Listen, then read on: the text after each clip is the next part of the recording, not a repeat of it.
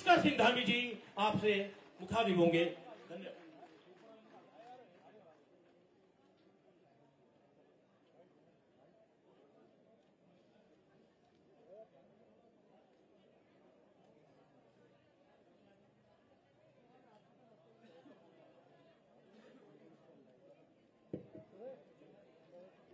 भारत माता की, भारत माता की, दुर्गा मैया की, बाबा सिद्धबली की, सिद्धबली बाबा की, अमर बलिदानी चंद्रशेखर आजाद अमर रहे, अमर बलिदानी भवानी सिंह रावत अमर रहे, भवानी सिंह रावत अमर रहे। दुगड्डा में 3 दिवसीय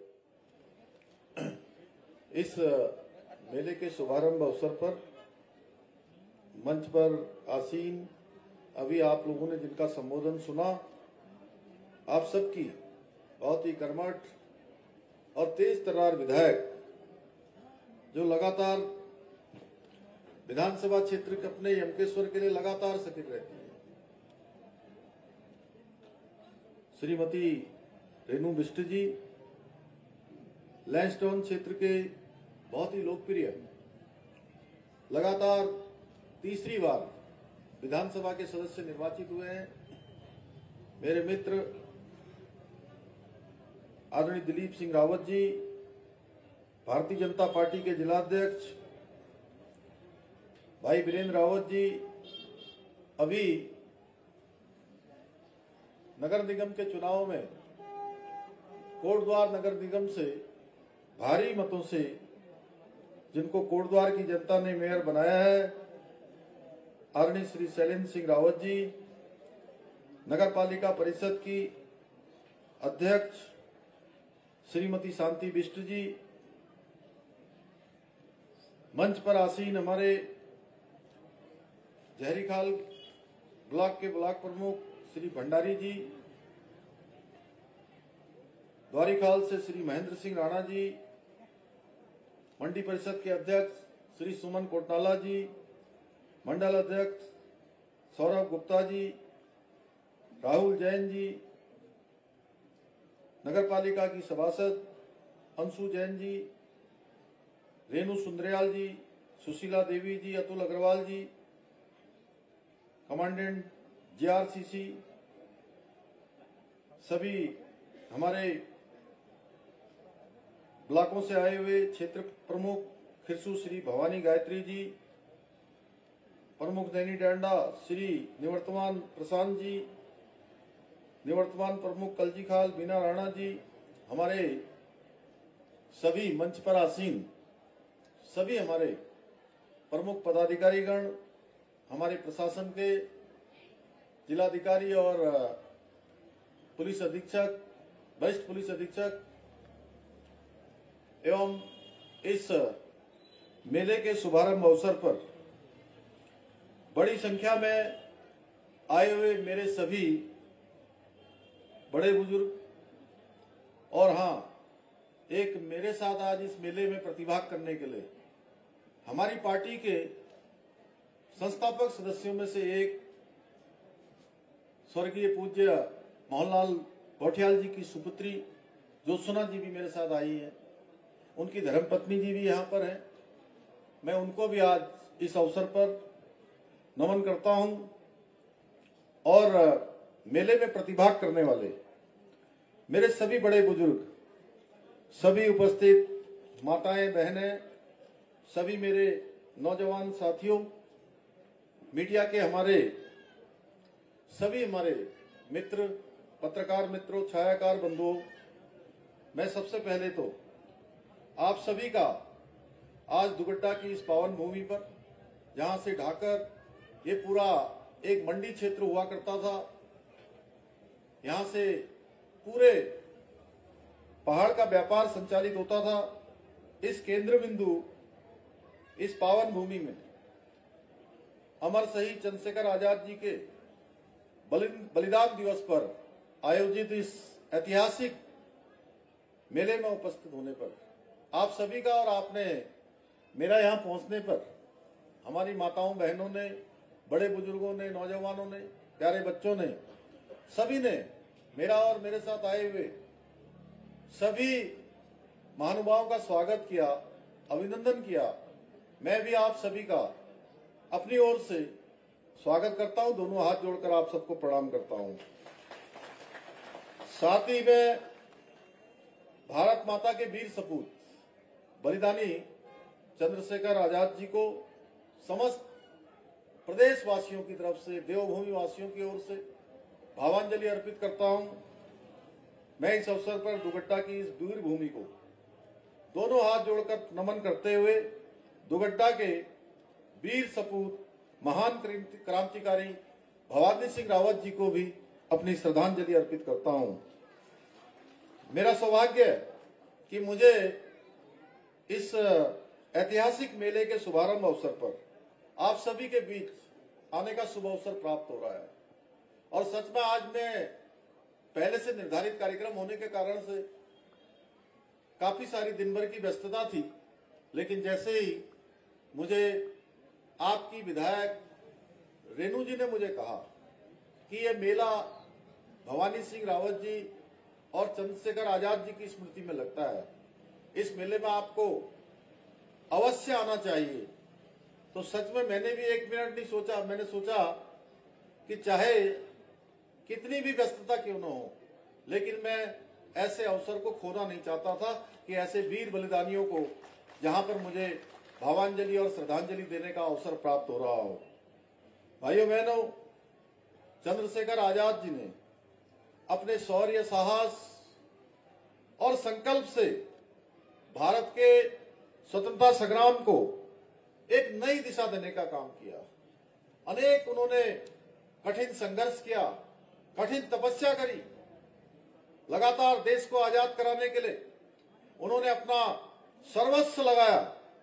उन्होंने मां भारती की स्वाधीनता के इस महायज्ञ में अपने आप को समर्पित करके देश के युवाओं के समक्ष त्याग और राष्ट्रभक्ति का एक अनुपम उदाहरण प्रस्तुत किया।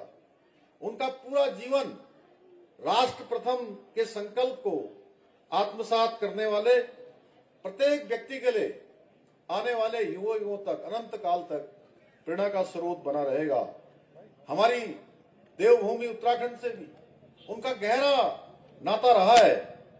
आज से लगभग 95 वर्ष पूर्व वर्ष 1930 में महान क्रांतिकारी स्वर्गीय भवानी सिंह रावत जी के आमंत्रण पर स्वर्गीय चंद्रशेखर आजाद जी अपने साथ इस दुगड्डा की पवित्र भूमि पर आए थे।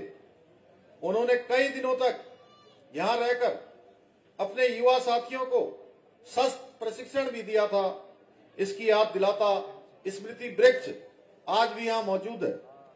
यह घटना केवल एक ऐतिहासिक प्रसंग ही नहीं है, बल्कि हमारे गौरवशाली इतिहास का एक महत्वपूर्ण हिस्सा है।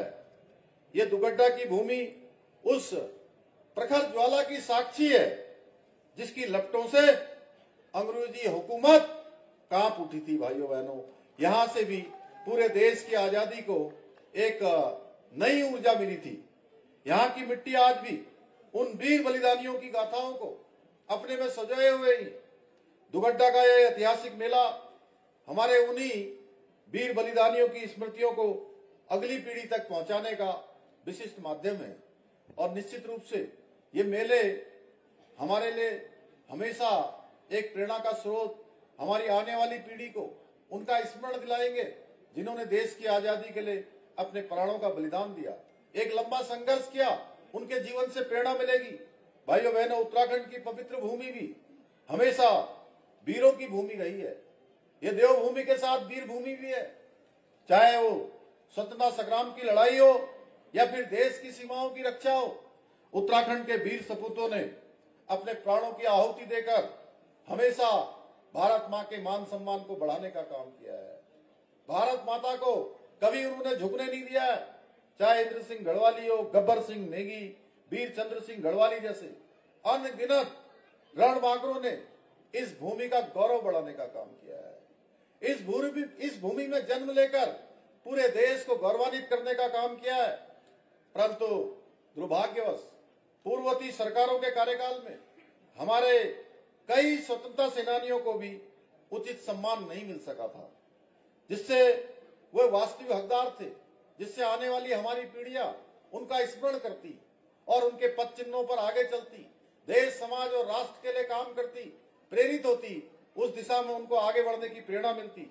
आज भी भारतीय स्वतंत्रता संग्राम के इतिहास में हमारे ऐसे कई वीर बलिदानी हैं जिनका नाम बहुत कम लोग जानते हैं, जिन्होंने अपना बहुत लंबा संघर्ष किया, देश को आजाद कराने में अपना बहुत बड़ा योगदान दिया। आज भी वो नाम लोगों के सामने नहीं आ पाए। आज आदरणीय प्रधानमंत्री मोदी जी के नेतृत्व में स्वतंत्रता संग्राम की ऐसी कई गौरवशाली गाथाओं का पुनः स्मरण कराने के लिए नई पीढ़ी उनके नामों को जाने, उनसे परिचित हो, उनके जीवन इतिहास को समझने का उनको मौका मिले, उसके लिए स्मारकों का, संग्रहालयों का निर्माण पूरे देश के अंदर कराया जा रहा है। भाइयों बहनों, निश्चित रूप से ये ऐसी प्रेरणा है कि वीर बलिदानियों की गौरव गाथाओं के बारे में हमारे आने वाली सभी पीढ़ियां परिचित होंगी। हमारे राज्य में भी सरकार ने ऐसे वीर स्वतंत्रता संग्राम सेनानियों के सम्मान और मां भारती की रक्षा में अपने प्राणों का बलिदान देने वाले वीर सैनिकों और उनके परिवारों के कल्याण के लिए कई योजनाओं की शुरुआत की है। हम एक और स्वतंत्रता सेनानियों की स्मृति में सड़कों का, विद्यालयों का और संस्थानों का नामकरण कर रहे हैं और शहीद स्मारकों का निर्माण और संरक्षण की दिशा में भी हम व्यापक रूप से काम कर रहे हैं। इस कड़ी में हमने उत्तराखंड का 5वां धाम, सैनिक धाम, हम देहरादून के गुनियाल गांव में बना रहे हैं, जिसमें पूरे राज्य के हमारे 1750 से भी ज्यादा जो भारत माता के वीर सपूत जिन्होंने अपना बलिदान दिया है, उनके आंगन की मिट्टी लाकर एक भव्य स्मारक बनाया जा रहा है, भव्य सैनिक धाम बनाया जा रहा है कि आने वाली पीढ़ियां उन सभी को अपने स्मरण में रख सके।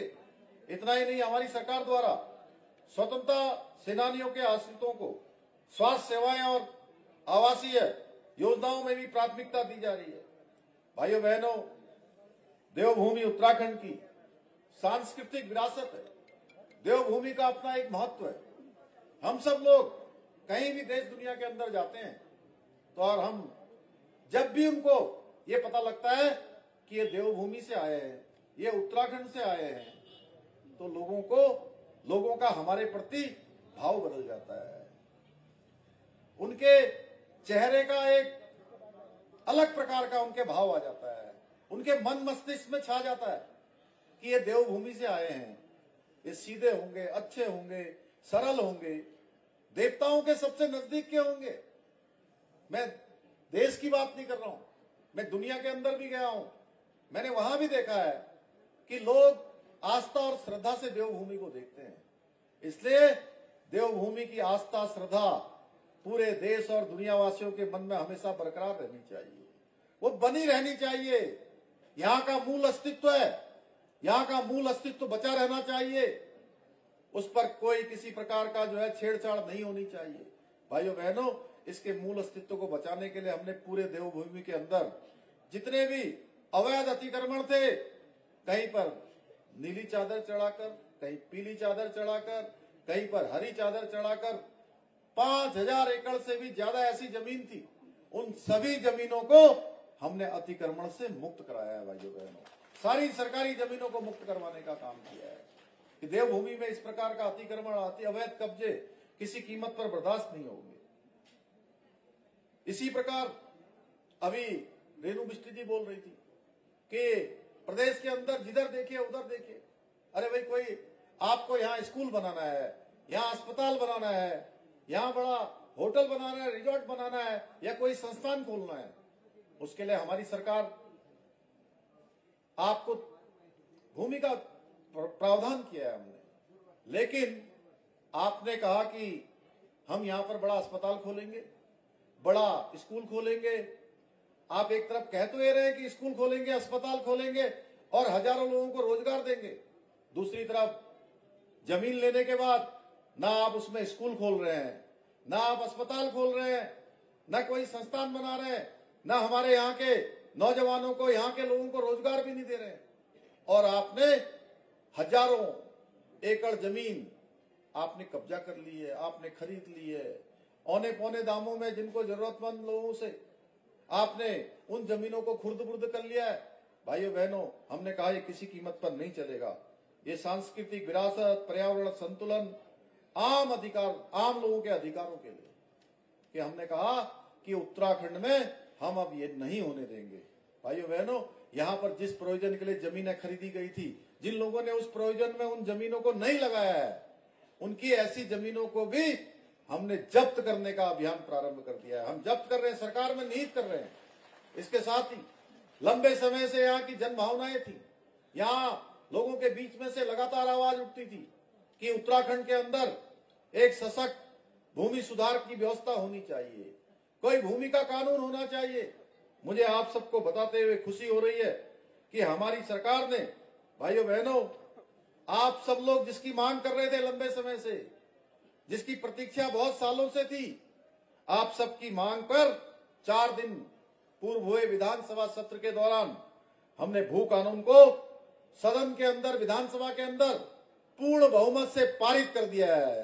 अब हमारी जमीनों की यहाँ पर इस प्रकार की बंदरबाट नहीं होगी, इस प्रकार से खरीदारी नहीं होगी।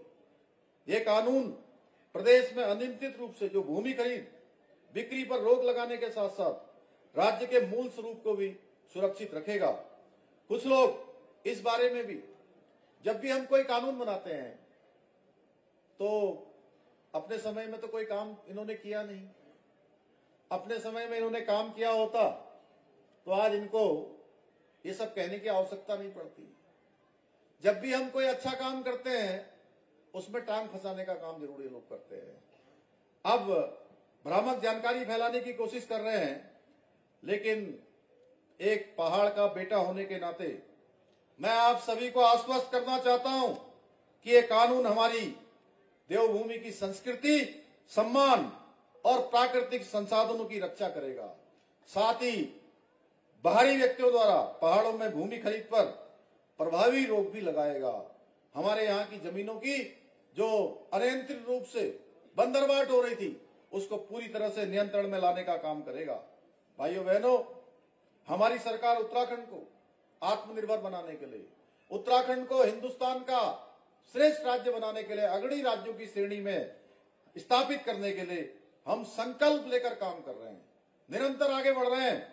आज राज्य के अंदर स्वास्थ्य का क्षेत्र हो, शिक्षा का क्षेत्र हो या तमाम प्रकार के संस्थान बनाने हो, इन सभी में अभूतपूर्व सुधारों के साथ साथ हम रोजगार और स्वरोजगार के क्षेत्र में नए अवसरों का सृजन करने का भी विशेष ध्यान दे रहे हैं, जिससे हमारे नौजवानों को, युवाओं को रोजगार मिले, हमारी माताओं बहनों को आज रोजगार स्वरोजगार से जुड़ने का अवसर प्राप्त हो, जिसके परिणाम स्वरूप आज हमारे प्रदेश के अंदर युवाओं को रोजगार देने से लेकर राज्य में स्टार्टअप और निवेश के अनुकूल वातावरण स्थापित करने में हम देश के अग्रणी राज्यों के रूप में उभर रहे हैं। उसी का परिणाम है। यही नहीं, अभी 2023-24 का जो नीति आयोग भारत सरकार का इंडेक्स है सतत विकास के लक्ष्यों को प्राप्त करने में, उस इंडेक्स में, इंडिया इंडेक्स में हमें देश का पहला राज्य होने का गौरव प्राप्त हुआ है। हम पहले पायदान पर आए हैं पूरे देश के अंदर। भाइयों बहनों, हमारी सरकार राज्य के प्रत्येक क्षेत्र, प्रत्येक वर्ग को ध्यान में रखकर योजनाएं बना रही है ताकि राज्य का समग्र विकास सुनिश्चित किया जा सके। इस समय में हम कई सारी चुनौतियों का हम सामना करना पड़ता है। अभी मैं यहां आने से पहले केदारनाथ में 31 जुलाई 2024 की रात को बहुत बड़ी त्रासदी हुई थी, आपदा आई थी। उस आपदा पर आज माननीय राज्यपाल महोदय के यहाँ एक कॉफी टेबल बुक का और आने वाले समय में इन चुनौतियों के रिस्पांस के लिए आज एक लोकार्पण का कार्यक्रम था।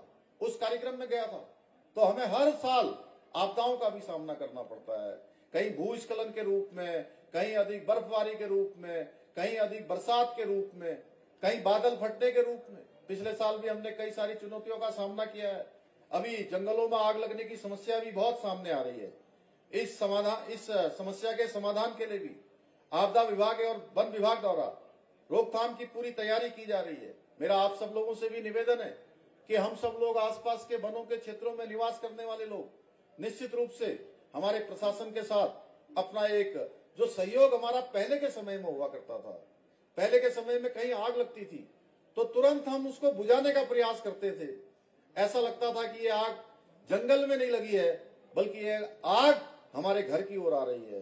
भाइयों बहनों, वो भाव हमारे अंदर फिर से आना चाहिए। उसमें हमको भी योगदान देना है, हमारे प्रशासन के लोगों को भी आग देना है और जिस वन क्षेत्र में भी अब आग लगेगी वहां के वन विभाग के अधिकारियों की भी हम जिम्मेदारियां तय करेंगे।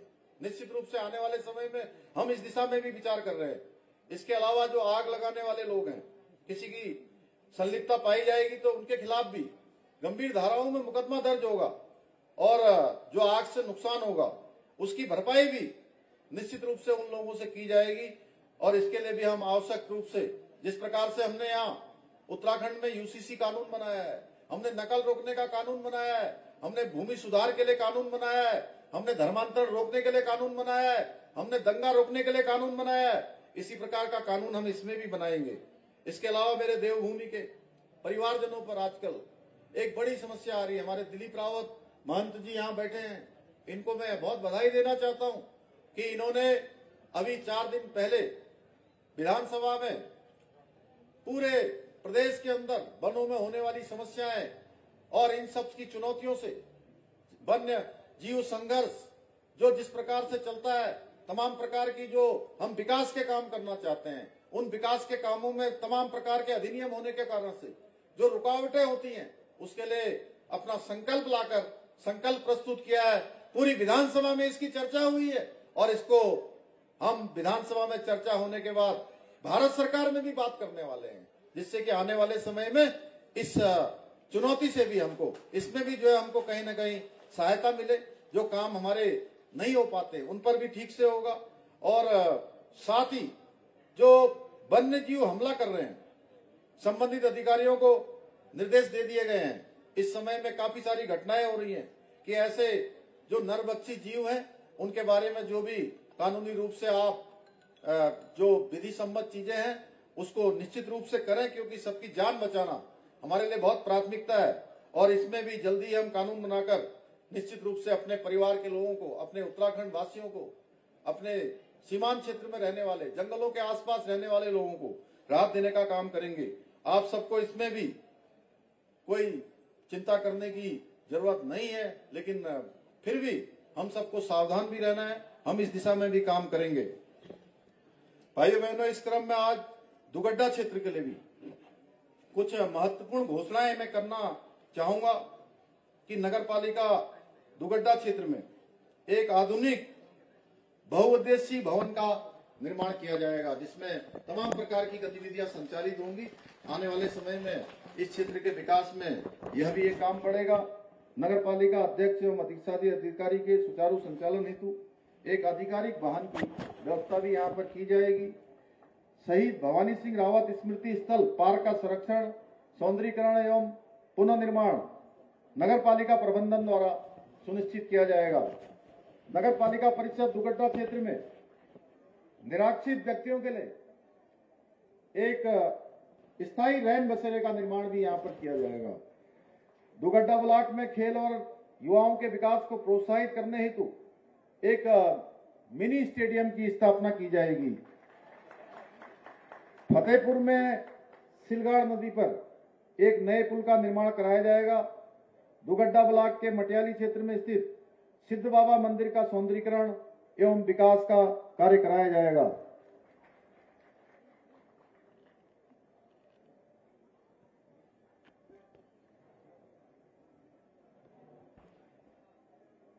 प्राथमिक स्वास्थ्य केंद्र जो पीएचसी है, क्योंकि एक तो उसका ठीक प्रकार से उसका नियोजन करके उसको और विकसित किया जाएगा, अच्छा बनाया जाएगा। साथ ही हमारी पार्टी के बहुत फाउंडर मेंबरों में से रहे स्वर्गीय श्री मोहनलाल बोठियाल जी के नाम पर इस पीएचसी का नाम रखा जाएगा। और रेणु जी पीछे से कह रही है झील, अभी हम लोगों ने पिछले दिनों सतपुली झील का लोकार्पण शिलान्यास किया है और इस क्षेत्र में भी झील की आवश्यकता है। निश्चित रूप से आगे के कार्यक्रमों में यहाँ की झील बनाने के लिए उसके लिए भी समस्त प्रकार के प्रयास किए जाएंगे। मुझे पूरा विश्वास है कि ये सभी कार्य अभी इसके अलावा हमारी नगर पालिका की चेयरमैन ने, हमारे सभी जनप्रतिनिधियों ने मुझे बहुत सारे पत्र दिए हैं जो आप सबकी मांगे हैं, आप सबके लिए यहाँ पर होने वाले काम हैं, उन सभी को मैं अपने साथ लेकर जा रहा हूँ। निश्चित रूप से आगे के कार्यक्रमों में, आगे की प्रक्रिया में उनको शामिल किया जाएगा। मुझे पूरा विश्वास है कि ये सभी कार्य इस क्षेत्र के विकास को नई ऊंचाइयों तक पहुंचाने में बहुत महत्वपूर्ण भूमिका निभाएंगे।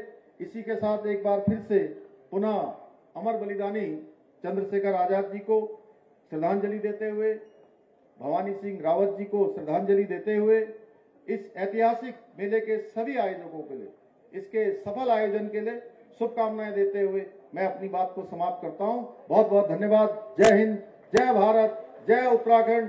भारत माता की, भारत माता की।